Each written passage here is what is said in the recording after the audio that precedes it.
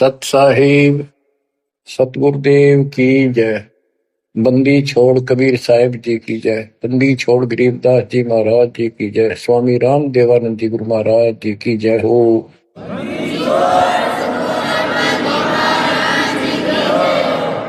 सर्व संतों की जय, सर्व भक्तों की जय, धर्मी पुरुषों की जय।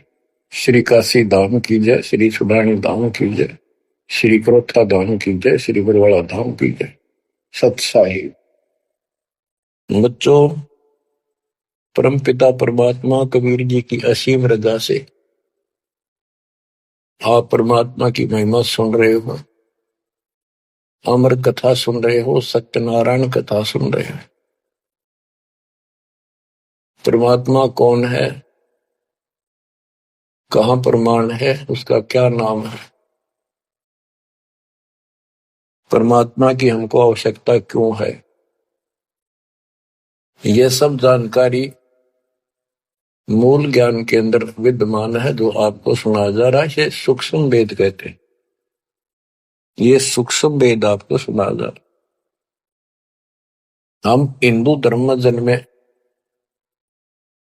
तो हिंदू धर्म के मूल शास्त्र हैं वेद और गीता, प्लस में इनके सपोर्ट में श्री 18 पुराण है। तो यहां पर हमने सबसे पहले ये समझना होगा कि वेद और गीता क्या है, पुराण क्या है। वेद गॉड गिवन ज्ञान है, गीता के अंदर भी वही ज्ञान चारों वेदों का सारांश है। इति सिद्धम के ये भी गॉड गिवन है। और पुराण क्या है, जैसा भी ब्रह्मा जी को चारों वेद मिले, क्योंकि परमेश्वर कबीर जी ने, सतपुरुष जी ने सूक्ष्म वेद भेजा था ज्योत निरंजन के अंतःकरण में, इसके कंप्यूटर में ईमेल कर दी थी। इसने उसमें से सतपुरुष की जानकारी कति निकाल दी, कहीं कहीं हिंट छोड़ दिए, वो हटाए नहीं जा सकते थे। वो इसलिए छोड़ दिए कि ये भी गुप्त रहता है, इसने कसम खा रखी है मैं कभी किसी के समक्ष अपने यथार्थ रूप में नहीं आऊंगा। बच्चों, ये कथाएं दास आपको 1994 से सुनाने लगा था। वैसे तो 1994-95 से तो सरेआम सत्संग सुनाता था, उससे पहले 10-20 वक्ताओं बिठा करके भी चर्चा किया करता था। ये सारी कथा परमात्मा कबीर जी ने जो बता रखी थी, गरीबदास जी ने अमर ग्रंथों में बता रखा था, वो सुनाया करता था। यही सृष्टि रचना कैसे हुई, इसने कैसे क्यों कसम खाई, दुर्गा को नीचे भेज दिया, अब गुप्त रहने लग गया, तो ये बात जचा नहीं करती 90% का कि ये कोई बात है, दंत कथा है तो कहानी बना रखी है। भगवान ऐसे गुप्त क्यों रहेगा, भगवान ऐसे क्यों करेगा, ये भगवान है ही नहीं। भगवान तो श्रेआम आते रहे आते हैं, ये भगवान ही नहीं है, ये परमात्मा ही नहीं है। परमात्मा गुप्त रहता है नहीं, हम उसको पहचान नहीं पा रहे, इसलिए समस्या यह आ गई। इसने अज्ञान इतना गहरा कर दिया कि हम भगवान को सामने देखकर भी उसको पहचान नहीं पा रहे। इतना ज्ञान भर दिया हमारे अंदर, उसकी डेफिनेशन बदल दी। अब जब सृष्टि रचना दास ने अपने शब्दों में लिखी तो प्रमाण दिए सारे, परमात्मा की वाणी को सरल करके लिखा सृष्टि रचना। तो गीता अध्याय 7 श्लोक 24 में और 25 में ये खुद कहता है गीता बोलने वाला कि मैं कभी किसी के समक्ष नहीं आता अपने रूप में, मनुष्य रूप में। मुझे ये श्री कृष्ण रूप में, व्यक्ति रूप में मान रहे, मैं कृष्ण नहीं हूं। मेरा ये अटल संविधान है, अनुत्तम सिद्धांत है कि मैं कभी किसी के समक्ष प्रत्यक्ष प्रकट नहीं होता, अपनी योग माया से छुपा रहता हूं। जब ये प्रमाण उन भक्तों को दिखाए जो कभी यहां भरे थे, कभी डांटे थे, ये कैसे हो सकता है, उनकी आंखें फटी की फटी रहेगी। तेरा गजब हो, 600 साल पहले लिखी वाणी, बोली वाणी आज सारी सत्य होगी। तो बात यहां उलझ गई थी। तो सबसे पहले आपने ये पहचान करनी होगी कि वेद क्या है और पुराण क्या है। पुराण सहयोगी शास्त्र है, उनमें कुछ ज्ञान इन ऋषियों का अपना अनुभव ज्यादातर है, कुछ ज्ञान वेद और गीता से संबंधित। जैसे रोच्य ऋषि की कथा एक अध्याय है, उसमें रुचि ऋषि एक साधक था, वेदों को ठीक सा समझा जैसा वो समझ सकता था, और उसमें लिखा था कि परमात्मा प्राप्ति के लिए एक मंत्र है, वो नथिंग एल्स, और कोई देव देव पूजा नहीं करनी, ना को दाम पूजने, और मनुष्य जीवन आत्म कल्याण के लिए प्राप्त होता है। वो ज्ञानी आत्मा था, उसने अपना जीवन वेदों अनुसार साधना में समर्पित कर दिया, ना कोई मकान बनाया, जंगल में रहने लग गया, फल फ्रूट खाकर अपना साधना करता। 40 साल की उम्र होगी। उसके चार पूर्वज पिता पितामह, पर पितामह और तीसरा दादा, ये चार दिखाई दिए, और वो चारों पितर बने हुए थे। गीता अध्याय 9 श्लोक 25 में स्पष्ट किया है, भूत पूजेंगे भूतों को प्राप्त होंगे, पितर पूजेंगे पितरों को प्राप्त होंगे, देवता पूजेंगे देवताओं को प्राप्त होंगे, मेरी भक्ति करेगा मुझे प्राप्त होगा। तो उन्होंने पितर पूजे थे, कर्म कांड किए थे, भूत पूजे थे, तो ये चारों भूत बन गए प्रेत। रुचि ऋषि के पूर्वज चारों ऋषि थे, ब्राह्मण थे, वेद पढ़ते थे और साधना वेद के विरुद्ध करते थे। यही तो परमात्मा कबीर जी और उनके बच्चे गरीबदास जी यही तो समझा रहे हैं कि वेद पढ़ने पर वेद न जाने, बातें पुराण 18, और ये उसे आन उपासना करें, भूल गए सृजनहारा। वो चारों के चारों गीता विरुद्ध, गीता मीन वेद, वेद के विरुद्ध साधना करके पितर बन गए। वो चारों पितर प्रेत दिखाई दिए। उन्होंने कहा कि हे बेटा ऋषि, हे बेटा रुचि, आपने विवाह क्यों नहीं कराया? हम चारों दुख पा रहे हैं, हम भूखे हैं, प्यासे हैं, कष्ट उठा रहे हैं, हम पितर बने हुए हैं, विवाह कराओ, हमारे पिंड भराओ, श्राद्ध निकालो, हमारी कर्म कांड करो ताकि हमें कुछ राहत मिले।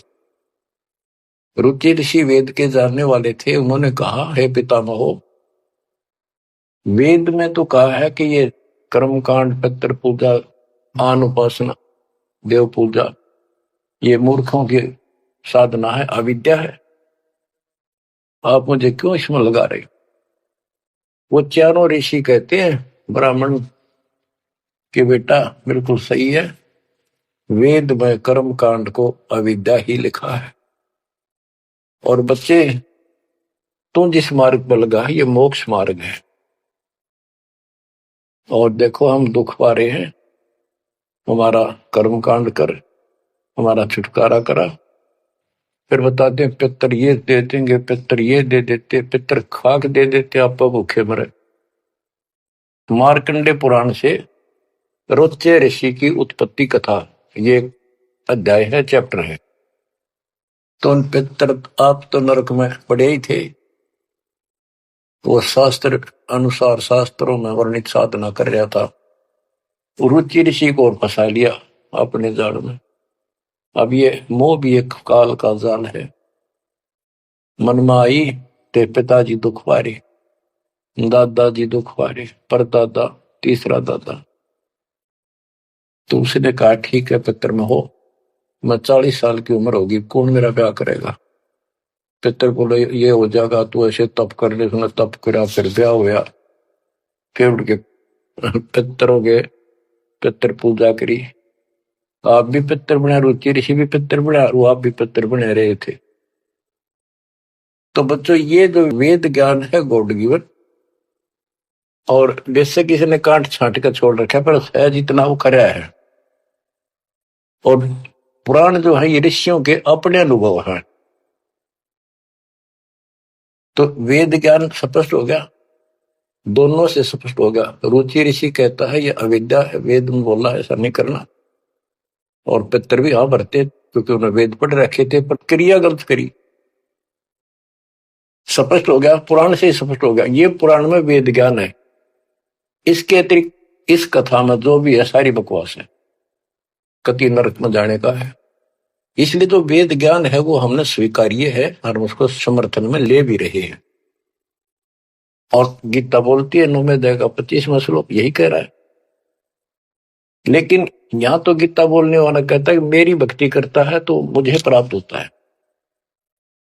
8वें अध्याय के 8, 9, 10 में कहता है कि 8वें अध्याय के जो 3 में बता परमेश्वर ब्रह्म, उसकी जो भक्ति करता है उसको प्राप्त होता है। इस प्रकार हमने इस अध्यात्म ज्ञान को निर्णायक तरीके से समझना है। अब ये साधना इन्होंने ठीक की नहीं, साधना ठीक ना करने से यह दुर्गति कराएगी। एक नहीं, तकरीबन ये सबका यही दशा है। परमात्मा ने कहा था मूल ज्ञान अभी बताना नहीं है, 33 अरब ज्ञान हम व्याख्या, मूल ज्ञान हम गुप्त ही रख्या। यानी 33 अरब हमने ज्ञान बोल दिया, वाणी बोल दी। इस मूल ज्ञान को अभी तक छुपा के रखा था और बच्चों ही वे कति रोशनी कर दी परमात्मा ने। अब प्रसंग चल रहा है कि परमात्मा की पहचान नहीं हुई, और पहचान ना होने से हम सामने भगवान को देखकर भी स्वीकार नहीं कर पाए। अब ये अमर कथा चल रही है, ये सुनाता हूं संत गरीबदास जी के अमर ग्रंथ से तथा कबीर सागर का सहयोग साथ में लिया जाएगा। सतयुग में सत सुकृत के टेरा, त्रेता नाम मुनींद्र मेरा, द्वापर में करुणा में कहाया, कलयुग नाम कबीर धराया। गरीब अनंत कोट ब्रह्मंड में बंदी छोड़ कहाए, सो तो एक कबीर है जननी जने नमाए। गरीब काशीपुरी कष्ट किया, उतरे अदर आधार, मोमिन को मुजरा हुआ जंगल में दीदार।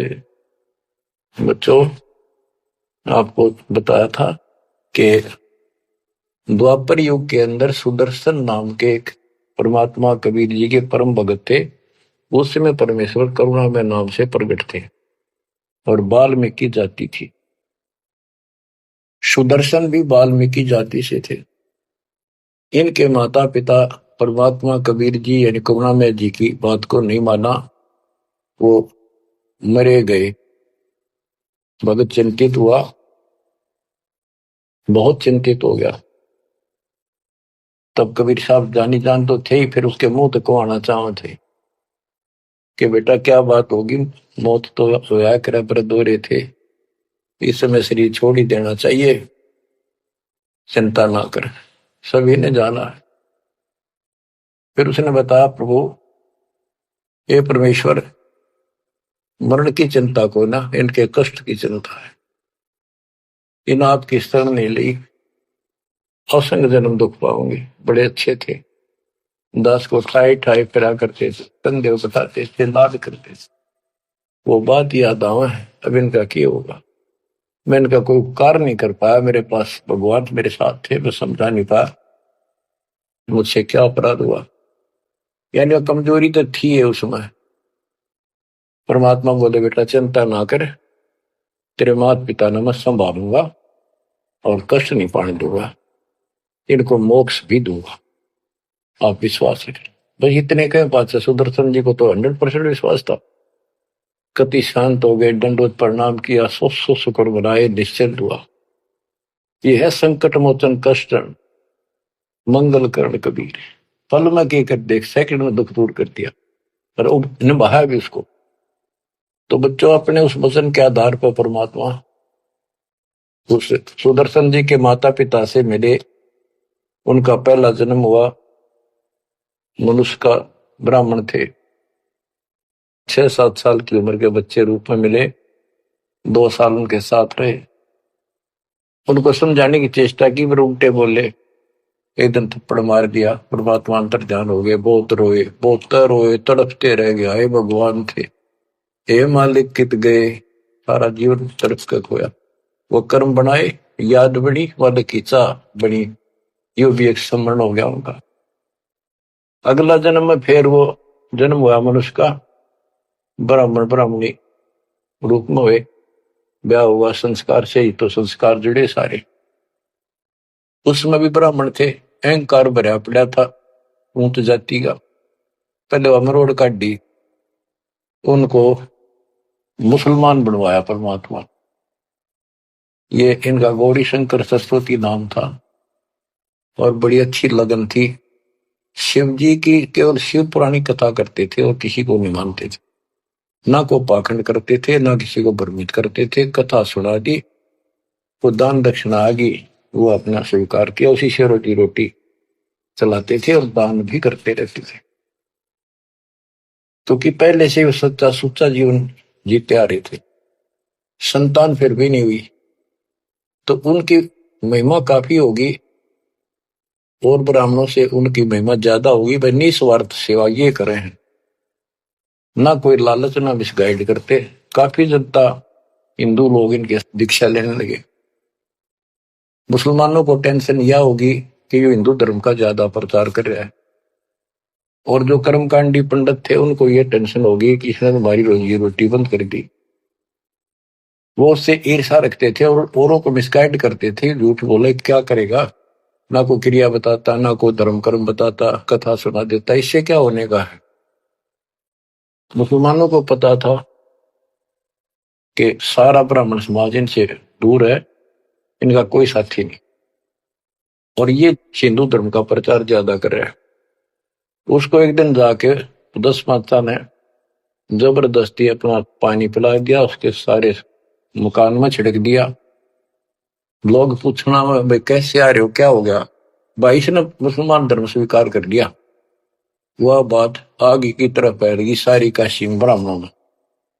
अरे गौरी शंकर तो डूब गया, मुसलमान बन गया, मुसलमानों ने सारा उनका पानी छिड़क दिया, उनको मुसलमान बना दिया। वह जब वह पंचायत होगी पंडिता की, बहिष्कार कर दिया, जात से निकाल दिया, धर्म से निकाल दिया, गंगा में स्नान करना बंद कर दिया, कोई नहीं जाएगा हिंदू उसके पास। अब रोजी रोटी की समस्या आ गई। उन्होंने लाकर 4 लकड़ के लठ ताना बुन का काम शुरू कर दिया। पहले तो रोजगार चल रहा था दक्षिणा से, अब यह समस्या और खड़ी हो गई थी, तो वो बहुत आसानी से शुरू हो जाता। जुलाई का काम वो शुरू कर दिया। काफी वर्ष हो गए, कोई संतान नहीं हुई।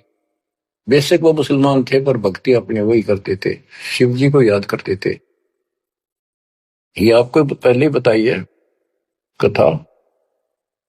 तो बच्चों, एक दिन क्या होता है, नीरू नीमा के कोई जानकार आ गए पड़ोस में, जैसे कि मुसलमानों से ही संपर्क था, कोई कोई यारी दोस्ती थी, वो आगे औरतों में चर्चा चल रहा करे, एक जातक तो चाहिए था, एक लड़का तो होना चाहिए था, बुढ़ापे का सहारा हो गया, पता इनका केरा होगा। नूर अली और नियामत, तो नीमा नीरू कहने लग गए थे, उनको नाम बदल दिए थे उन्हें, गौरी शंकर से गौरी शंकर का नीरू नाम रख दिया, और सरस्वती का नियामत, उसका नीरू नूर अली, तो उसका नीरू कहने लगे उसको नीमा। तो नीमा सारी रात रोई। सुबह वो स्नान करने जाते थे एक लहर तारा तालाब, जिसमें गंगा का पानी लहरों के द्वारा, घाट सा था गौ घाट से, उससे मिट्टी कट जाती है, वो बहुत नीचा किनारा बन जाता है, उस पर से पानी उछल उछल का आकर एक तालाब बना था, उसको लहर तारा तालाब बोलते हैं। वो आज भी विद्यमान है, लेकिन उसमें पानी अब गंगा का नहीं आता, परिस्थिति बदल जाती है। उसमें बहुत सुंदर मनोरम दृश्य था वहां का, स्वच्छ जल गंगा का भरा ही रहता था, कमल के फूल विकसित थे, आसपास बहुत सुंदर पेड़, हरे भरे छायादार वृक्ष भी लगे हुए थे। वो उनकी कुटिया से लगभग 1.5-2 किलोमीटर दूर था। 3 किलोमीटर, एक कोस 3 किलोमीटर का होता है। तो वो सुबह सुबह उस वहां स्नान करने जाने लगे। पहले गंगा घाट पर नहाया करते थे, नहान की आदत डेली थी। तो वहां तक घूम भी आते, स्नान भी कराते डेली, और शिव जी को याद करते थे, भक्ति करते थे। निम्मा रो रही थी रास्ते में, बुरी तरह रोती जाती, हे शिव जी भगवान, एक बच्चा हमें भी दे देते बेटा, हमारा भी टाइम पास हो जाता, आपके घर में क्या कभी। फूट फूट कर रो रही थी, चल रही थी। नीरू बोला, निम्मा क्यों आंख खराब कर रही है अपने, ये सारा दिन रोड पर लग रही है, बता बीच में भूल पुलिस ही फिर शुरू होगी। भगवान ने देना होता दे ही देते हो, पर कितनी होती है। कुछ तो जो भगवान करे ठीक ही है। वह रो ही रही थी, मान नहीं रही थी, फिर भी जैसे तैसे पहुंच गए स्नान स्थान तक। लहर तारा तालाब पर पहुंचे, फिर निम्मा नहा ली, बाहर आ गई। फिर नीरू स्नान करने गया। निम्मा जो कपड़ा बांध कर नहाई थी, दोबारा उसको धोने के लिए गई, कपड़े चेंज करके। वो ब्रह्म मुहूर्त का समय था, सुबह सुबह 1.5 घंटा पहले सूर्य उदय से। तो उस समय पहले अंधेरा दिखता है, तुरंत ही कुछ देर बाद एकदम रोशनी सी साफ हो जाता है, अंधेरा रोशनी दिखने लग जाती है। तो नीरू नहा रहा था, वह कपड़ा धोने गई, उसने देखा कमल के फूल पे कोई वस्तु हल रही है। एक पैर दिखा, उसने सोचा कोई सांप है। बहुत ध्यान से देखा तो बच्चा था, एक पैर हिला रहा था, नवजात शिशु। नीरू से कहा निम्मा ने कि देखियो जी, बच्चा है, बालक है, लड़का है, कमल के फूल को देखो। तो नीरू ने सोचा यार अच्छी पागल होगी, कितनी मेंटल होगी भैया बच्चे के मुंह में। नाता नाता कहता है, निम्मा तेरा दिमाग खराब हो गया, अब तुझे पानी में बालक दिखने लग गया। निम्मा कसक के साथ बोली, देखो सच्ची को देख तो देखो है। जिस साइड हाथ करी थी देखा, वो थोड़ी दूर था उससे, 10 फुट का फैसला होगा।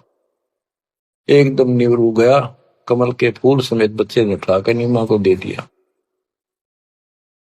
और निम्मा उसे लाड करे, मुंह कर लावे, चूमे, और सौ शुक्र शंकर भगवान की गावे, सौ शुक्र मनावे। बीच का एक थोड़ा सा प्रकरण रह गया कि वहां पर एक अष्टानंद नाम का ऋषि, जो रामानंद जी का शिष्य था, उस समय के महान प्रचारक, हिंदू धर्म के 1 नंबर के आचार्य थे। उसने 1400 शिष्य रखे थे ऋषि, जो कथा किया करते थे, उनमें से एक अष्टानंद था। 4 संप्रदाय थी, 52 द्वारों का वो मालिक था, वो इंचार्ज था। तो वो डेली वहां स्नान करने जाता था, वो दूसरी साइड में नहाता था, ये दूसरी साइड में नहाते थे, सरोवर बड़ा था। तो वो भी वहां स्नान करके उस प्राकृतिक सौंदर्य और भगवान के एकांत स्थान मान के भगवान की भक्ति करता था, शांति स्थान था। डेली जाता था, ध्यान लगाता था, कुछ समय भगवान की वहां भक्ति करता था, जैसे गुरु जी ने बता रखी थी। अष्टानंद जी जो ही साधना करने की चेष्टा, ध्यान में मगन होना चाहते थे, इतने में आकाश से एक प्रकाश का गोला आया। प्रकाश का गोला आया तो उसका ध्यान गया ऊपर को, उसको देखते उसकी आंखें बंद हो गई, इतना तेज नूर था। जब आंखें बंद हुई तो उसमें देखा कि एक बालक का रूप दिखा, बगैर प्रकाश का। जैसे हम सूर्य की ओर देखते हैं तो देख नहीं सकते, फिर आंखें बंद करते हैं तो अंदर प्रकाश रहित आकार दिखाई देता, सूर्य का गोलाकार। तो अष्टानंद को बड़ा आश्चर्य हुआ कि बालक प्रकाश दिखा, फिर बालक दिखा। फिर जब आंखें ठीक सी हुई, देखा तो प्रकाश एक कोने में जाके सिमट गया दूसरी साइड, जिस साइड में नीरू निम्मा स्नान करने जाया करते थे। उससे पहले जब प्रकाश लहर तारा तालाब पर उतरा, सारा सरोवर जगमगा गया, इतनी रोशनी होगी। लोग कति पत्ता पत्ता दिखा कमल के फूलों का। और जब उसमें सिमट गया, वो दूर था, उसने क्यों नहीं देखे क्या हो गया, कित गया। उसने अपने गुरुजी के पास उठ कर आ गया, साधना नहीं करी, रामानंद जी के पास आए, उनसे पूछा, हे गुरुदेव, आज मुझे ऐसा अद्भुत दृश्य दिखाई दिया, ये मेरी भक्ति की उपलब्धि है या कोई भ्रम है मेरा। ऐसे ऐसे का आकाश से प्रकाश का गोला आया, मेरी आंखें उसके नूर को सहन नहीं कर सकी, मेरी आंखें बंद हो गई। बंद होने के बाद देखूं तो एक बच्चे का, बालक का रूप है, लड़के का। फिर कुछ नहीं दिखा, वो कोने में जाकर लहर तारा तालाब में समाप्त हो गया, अंतर ध्यान हो गया, नूर ही नहीं था। रामानंद जी को जैसी समझ थी, जैसा उन्हें अज्ञान सुन रखा था, अज्ञान सुनकर ज्ञान में अंधे की बां गई, अंधे ने मारे कौन बतासी। अब जैसे ये ज्ञान सुन रहे थे वैसे चेलों को बताया करते थे, और बता दिया कि बेटा ऊपर से जब अवतार गणाते हैं ना, भगवान अवतार लेता है, ऐसी लीला करता है, किसी माँ के यहाँ जन्म लेगा और फिर लीला करेगा जिस उद्देश्य को लेकर आते हो। ना कोई भ्रम है, ना ही तेरी भक्ति की उपलब्धि है, ये ऐसा होता है। तो इनको यही पता था कि रामकृष्ण अवतार आए, माँ का जन्म लेते हैं इनके भगवान।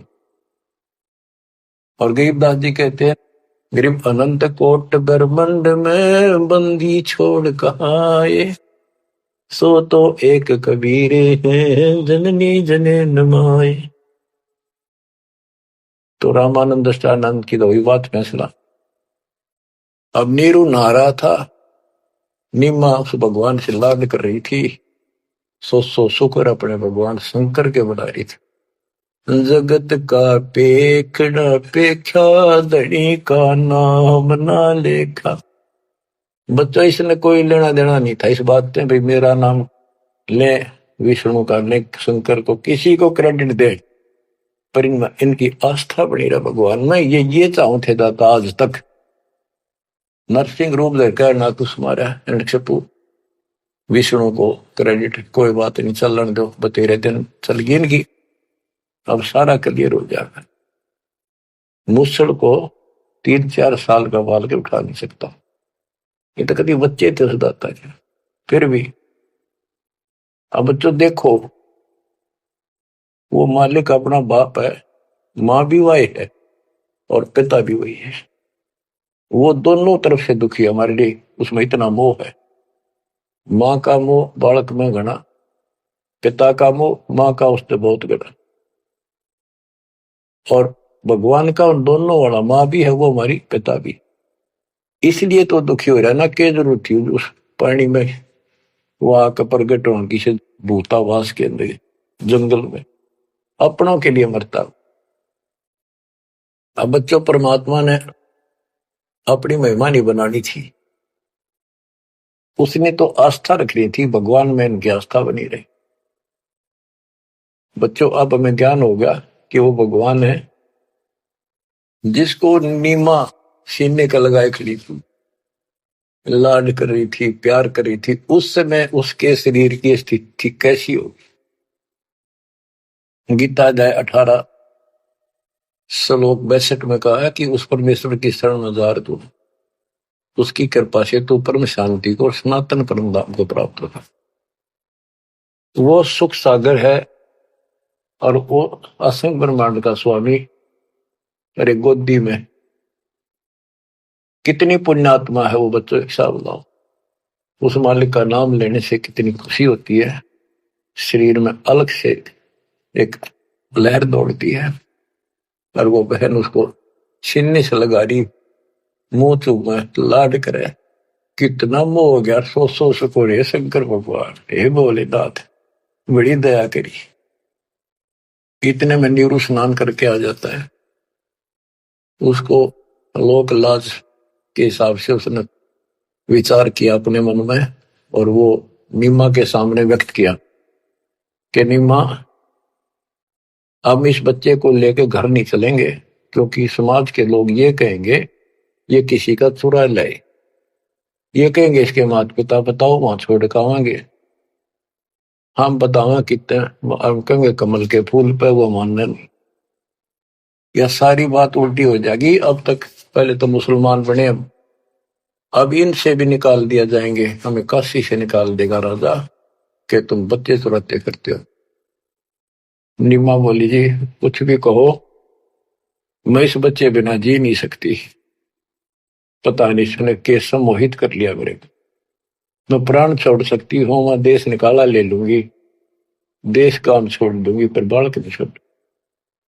निम्मा का अटल फैसला सुन के नीरू को जिंदगी में पहली बार दुख हुआ कि अकती जितनी होगी मैं इसकी सारी मानता हूँ या एक भी नहीं मानती मेरी, और कितना दुख हो जाएगा कि तो जावांगे मेरे दोस्त 60 साल की उम्र होगी, कहाँ टूक मांग कर खावांगे, क्या करेंगे, सोच आर ला इसने।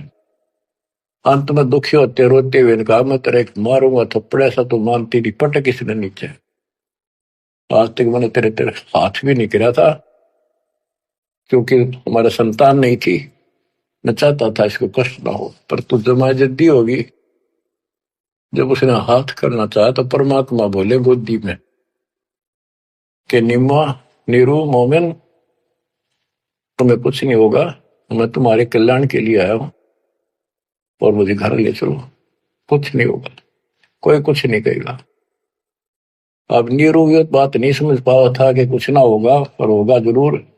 उसने सोची वो तो होगा सो होगा, ये मनमान इसमें कोई भूत प्रेत पितर कोई जिंद बोल रहा है, यू तो नाड़े मार देगा। वो डर गया, उठा कर अपनी चदरी आगा हो लिया। अब लड़का बच्चा लेकर गए अपने घर, आसपास के अड़ोस पड़ोस के आगे, लड़का इतना सुंदर है, आज तक देखा नहीं इतना सुंदर बालक, तो इतना चमक, इतना खिला हुआ चेहरा। लोग इकट्ठे हो गए, काशी की औरतें न गीत गाती हमें। वो तो भूल भाल के कितने लहर किसका था, तो उन्होंने बता ही दिया ऐसे ऐसे था, बाकी कोई नहीं पूछा था कि इतना सुंदर बालक, मालिक की कृपा करा के बुद्धि बदल दे। सबका लगाव हो गया नीमा की तरफ, ये तो भगवान आ गए थारी गोदी में। ये तो कोई कह विष्णु जी, कोई कह शंकर भगवान आ गया, कोई का वरुण देवता भगवान दिखाई दिए, इंद्र देवता, कोई धन का देवता कुबेर बतावे, अपने अपने गुण गावे, अपने अपने हिसाब से परमात्मा को